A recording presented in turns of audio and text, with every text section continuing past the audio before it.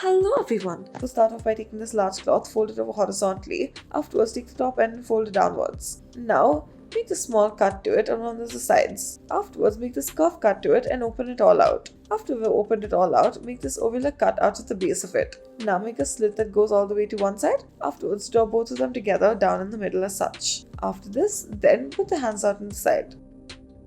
Next, we'll start off by threading the needle and then slowly making the knot on the portion that is bent over. Then begin to make this loop stitch as such. That is, put the needle through the thread and then afterwards wrap the thread around the needle and then continue to do so. Continue to do this in layers until the entire gap is finished. This is what it should finally look like. Next, take a square piece of cloth and then afterwards measure it and then accordingly lift either of the edges upwards and outwards as such. Now press it down together and afterwards cut it almost straight through. Afterwards, slowly begin to open it out and then, according to the patterns that you've created, join it together. Make a large whole circle in this as well. Take the top ends of it, put it downwards, then add a collar to it. Now, in order to make this knitting, we will start off by taking the wool. Now afterwards, you will need two needles and then slowly pull each of them out. As you are wrapping it around, put one through the other as such. Now put one of the needles through the other and then wrap it around, that is wrap the thread around it and then continue to do so. This will be a leaf-like design. Next, as you can see, there is a tear. We have vertically stitched around the tear as such. Slowly begin to go in a zigzag pattern through each of the stitches as well. Go from one side to the other in order to do so. Go from the bottom to the top as well. As you go, make sure that you're going so precisely. As you can see, we are still going in the bottom. That is from back.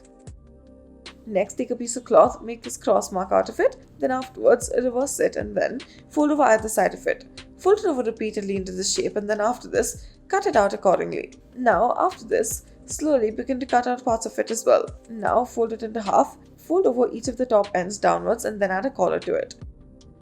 Take this cloth and then afterwards, begin to fold it on one of the sides as such. Now, open it and then once you open it, separate the layers from it. Once again, fold it into half. After you fold it into half, then slowly slightly cut out one of the sides as such. As you're cutting it out, this is what it should look like. Now once you're done with this part of it, then reverse the piece of the cloth, join two and two together.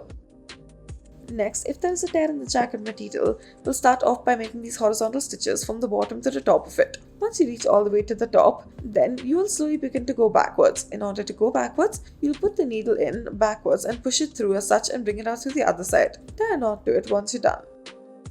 Next, taking the sleeve, we'll start off by adding these horizontal lines to it. As we are making these horizontal lines, keep going for as long as required. Now, as we have done this, as you can see, it is going all the way to the upper sleeve. After you're done entirely stitching it, this is what it should look like. Now pull it tight together so that there is nothing seen as well. Now for our next design, we'll be learning how to make these frills. In order to do so, fold them over and then stitch on top. Thank you for watching.